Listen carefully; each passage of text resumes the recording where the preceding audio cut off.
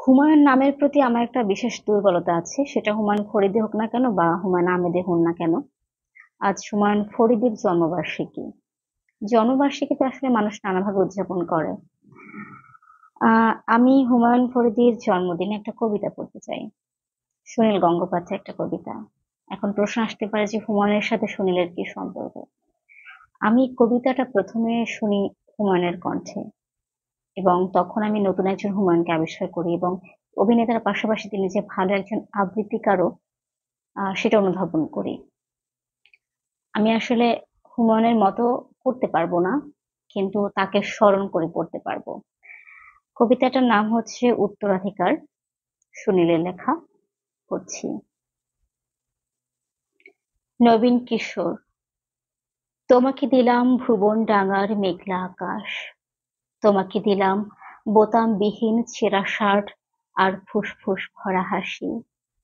দুপুর রৌদ্রে পায়ে পায়ে ঘোরা, রাত্রির মাঝে চিত হয়ে শুয়ে থাকা, এসব এখন তোমারই। তোমার হাত ভরে নাও আমার অবেলা, আমার দুঃখবিহীন দুঃখ, ক্রোধ, শিহরণ।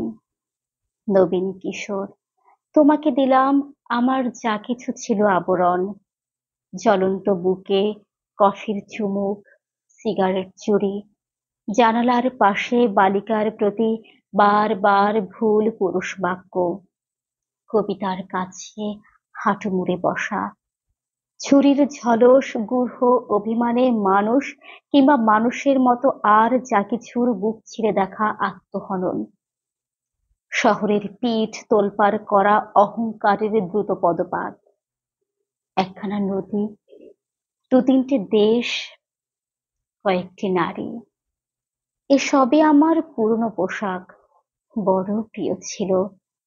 এখন শরীরে আঁট হয়ে বসে, মানায় না আর। তোমাকে দিলাম নবীন কিশোর, ইচ্ছে হয়তো অঙ্গে জড়াও, অথবা ঘৃণায় দূরে ফেলে দাও, যা খুশি তোমার।